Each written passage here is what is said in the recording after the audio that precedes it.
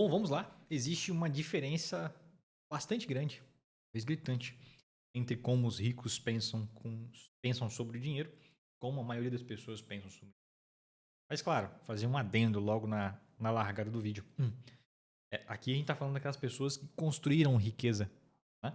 E não daqueles que simplesmente receberam uma herança nas suas mãos e provavelmente, se não foram sucedidos, ou seja, essas pessoas não são herdeiras, elas foram sucedidas, elas provavelmente vão ter a mesma mentalidade. Mas caso simplesmente tenham se tornado herdeiras, provavelmente vão ter o mesmo problema que grande parte das pessoas, a diferença é que com algum dinheiro. Mas a visão dessas pessoas ela não está alinhada somente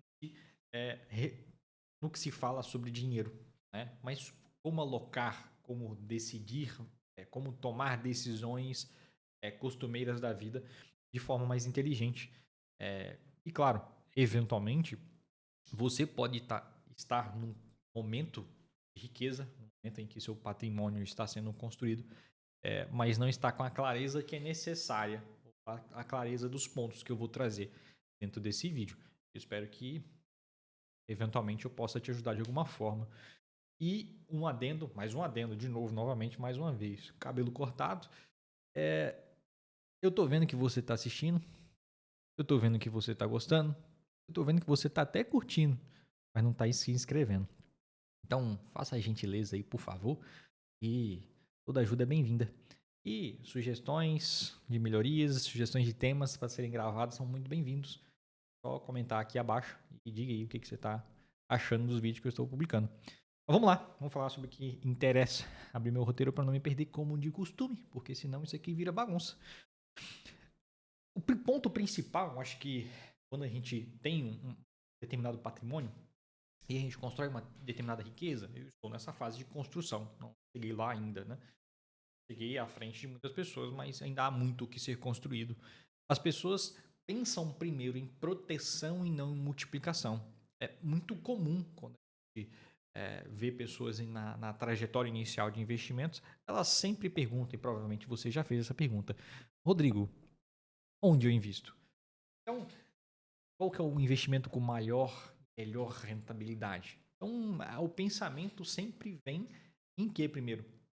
É um pensamento focado em multiplicação de capital. É claro, a gente precisa também da multiplicação de capital, mas quando a gente chega a um determinado patrimônio, o tema sobre proteção ele é maior do que o tema sobre multiplicação, porque dali para frente a matemática toma conta. Dali para frente o patrimônio vai crescer absurdamente ao longo de décadas. E quando a gente chega nesse patamar, o legado é buscar uma proteção do seu patrimônio, a proteção do seu legado, administrar a sucessão dos seus filhos, organizar a transmissão dos seus bens, organizar a forma como é gerido o seu negócio para que seus filhos, a sua esposa, enfim, as pessoas queridas do seu círculo possam participar ativamente, para que quando na sua ausência, aquele legado que você construiu, aquele patrimônio que você construiu, ele seja sucedido e não herdado. Né? Existe uma grande diferença entre herdeiro e sucessor. Sucessor é aquele que sucede algo que foi construído. E herdeiro é simplesmente aquilo que herda alguma coisa. E geralmente os herdeiros não pelo próprio falo, da própria palavra, né? Simplesmente herdaram algo e não foram sucedidos a algo. Então é importante quando você gera algum patrimônio que você construa seus sucessores. E nesses movimentos que a gente tem de capital no mundo, grande parte dos herdeiros e dos sucessores não necessariamente querem tocar aquela operação. E aí chega numa situação, num movimento de capital global, de liquidação de posições, grande parte do patrimônio passa a se tornar dinheiro. Né? E aí há que se falar, né, da proteção desse dinheiro, da rentabilização desse dinheiro, da transmissão desse dinheiro, da movimentação desse dinheiro. Então, primeiro ponto, né, que a gente tem que entender que essas pessoas costumam dar ênfase para proteção antes da multiplicação. E num segundo ponto, é muito comum isso, principalmente quando a gente está começando. Pessoas mais abastadas pensam num game, num jogo de longo prazo. É natural, no começo a gente tá meio afobado e tal. Beleza, eu entendo perfeitamente, eu também passei por esse momento. Eu fiz a mesma coisa. Eu não foquei em proteção, eu foquei em multiplicação. O negócio é pra subir mesmo, deixa arder essa merda e vamos, né? Mas em algum momento você começa a entender que o equilíbrio entre as coisas começa a fazer mais sentido. Mas o ponto aqui é que no jogo de longo prazo não tem como você perder, né? A não ser que você faça muita merda, mas enfim. No jogo de longo prazo, uma estratégia bem conduzida, com as posições bem alocadas, com a mentalidade correta, com os aportes recorrentes, com a estratégia adequada, não tem como você perder. E como eventualmente você ser menos eficiente, mas perder nunca. Então, aqui você tem que estar preparado para uma dinâmica de longo prazo, né? Definitivamente a gente não está falando de metas de 10 anos, né? A gente está falando aqui de metas de 20, 30 anos. Será que você está preparado ou está preparando o seu patrimônio para jogar esse jogo de longo prazo? Se você não estiver, você pode se preparar para tanto, né? Tudo começa no curto prazo, né? Há alguns anos atrás, eu mal estava saindo da faculdade. Lá se foram algumas décadas já, quase. Então, o tempo passa. Se você tiver criado um planejamento, nós já falamos sobre isso em outros momentos, se um planejamento estiver conduzindo minimamente bem esse planejamento, sinto lhe informar, ou o contrário, vai dar certo. Vai dar certo, vai dar certo.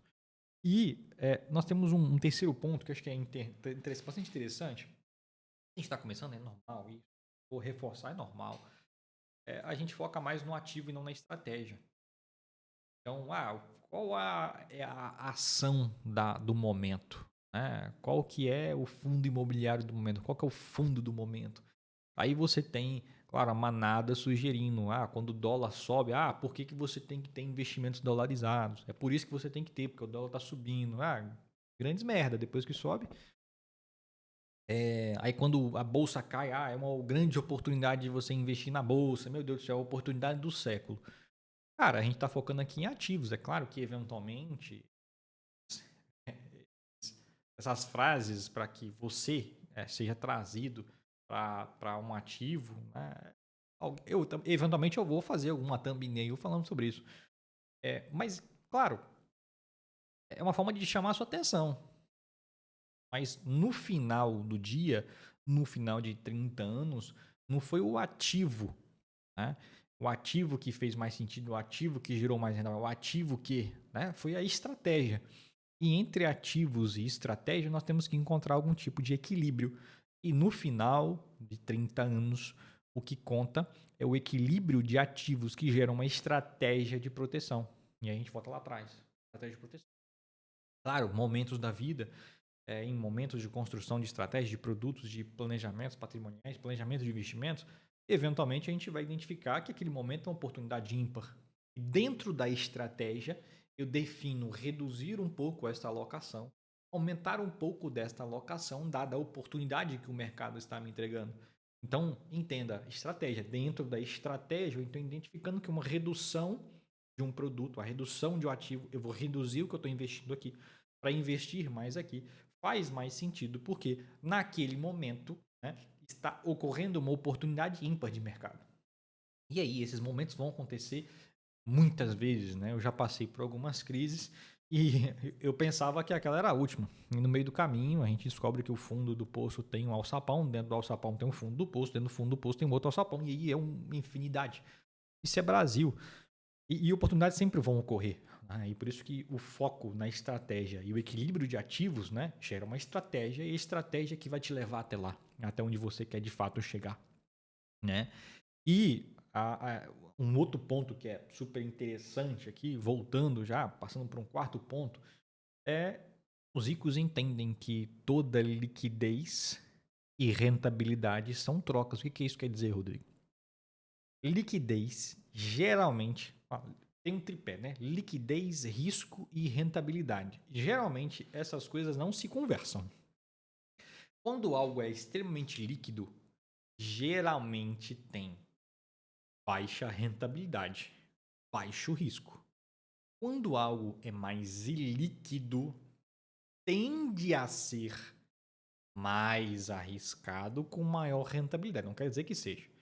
As ações e os fundos imobiliários, por exemplo, tem uma liquidez de 2 dias. Eu posso comprar uma ação hoje, segunda-feira, quarta-feira vender, sexta-feira está na conta. Ok? Então, isso é liquidez. A dificuldade ou facilidade que eu transformo algo em dinheiro. Liquidez.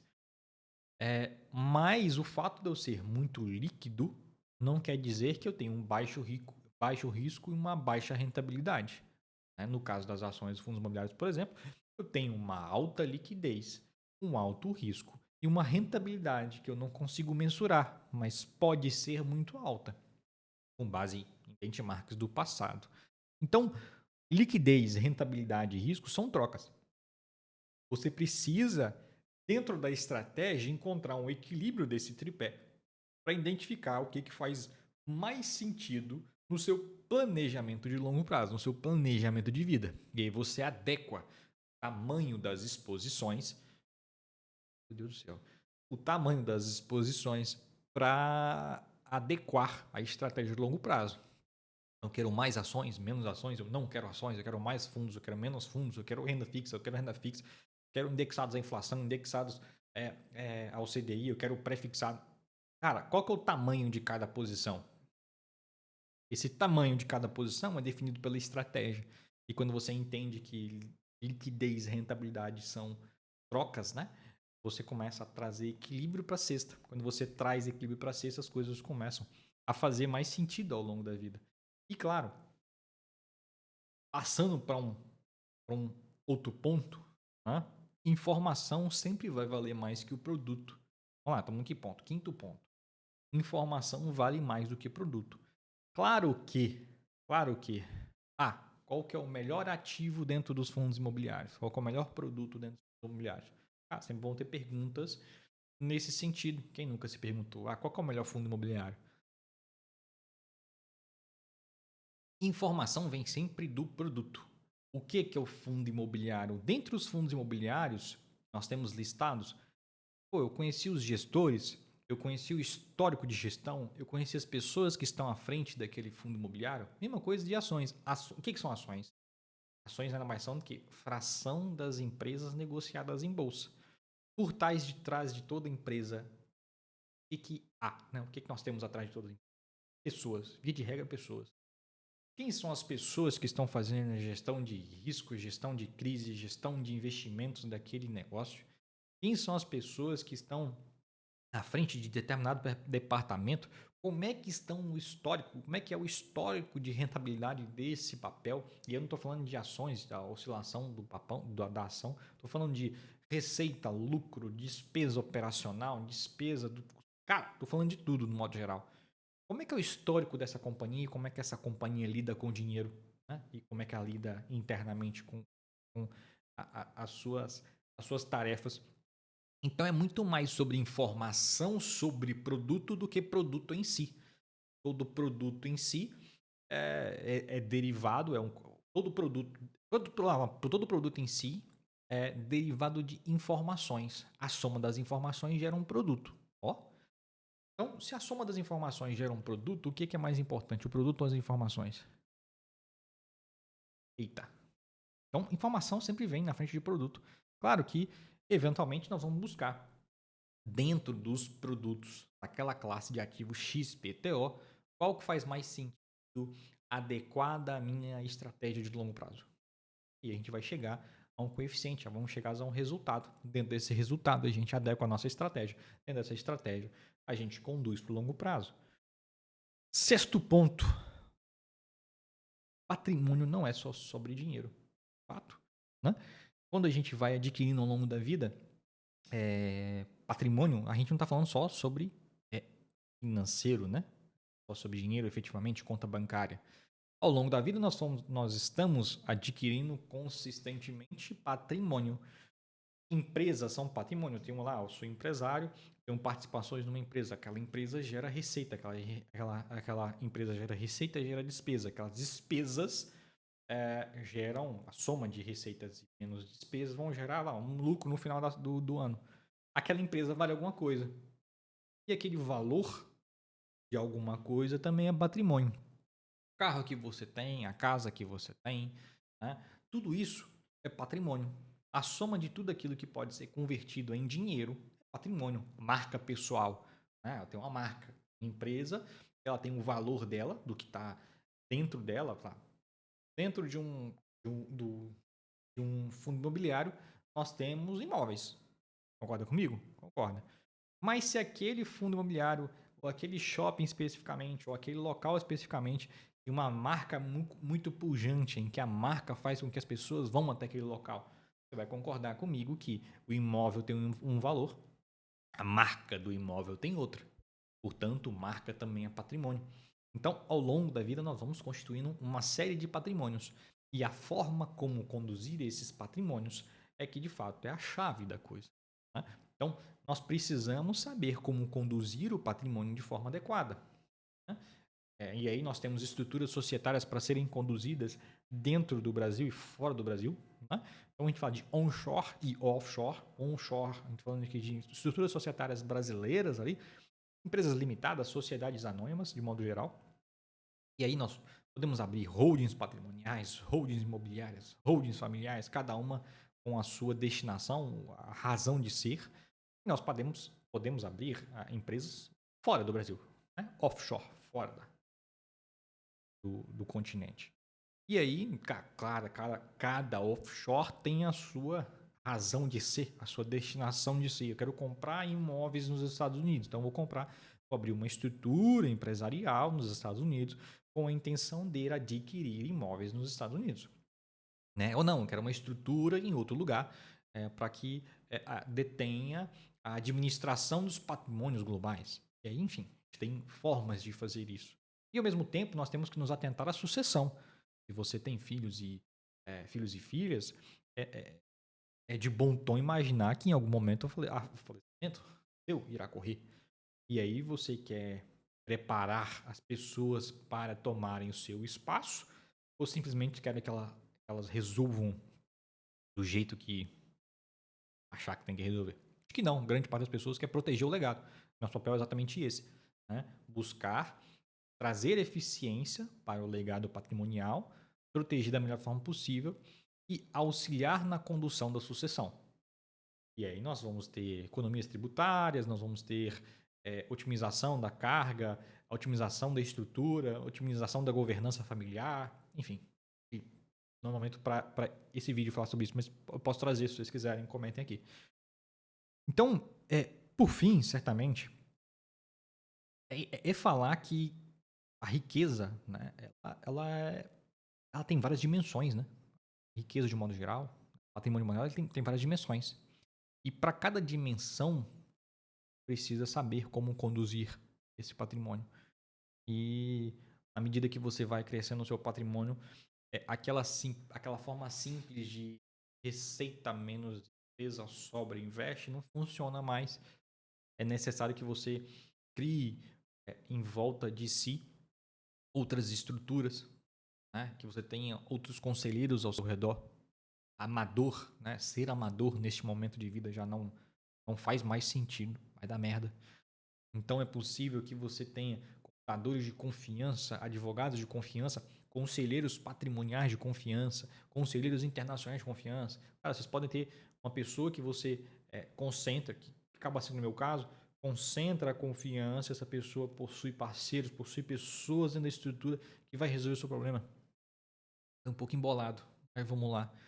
Então, em algum momento da sua vida, a simplicidade ela não é mais acatada, há necessidade de algum tipo de complexidade.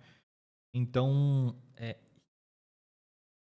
patrimônio não é só sobre dinheiro, é sobre tudo.